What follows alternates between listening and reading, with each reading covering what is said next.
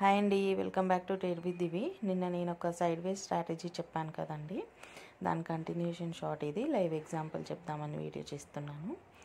ఇక్కడ మార్కెట్ ఇలా ఉన్నప్పుడు మనం సపోర్ట్లో ఎంట్రీ తీసుకుంటే రెసిస్టెన్స్ వరకు టార్గెట్, అండ్ రెసిస్టెన్స్లో కనుక ఎంట్రీ తీసుకుంటే సపోర్ట్ వరకు టార్గెట్.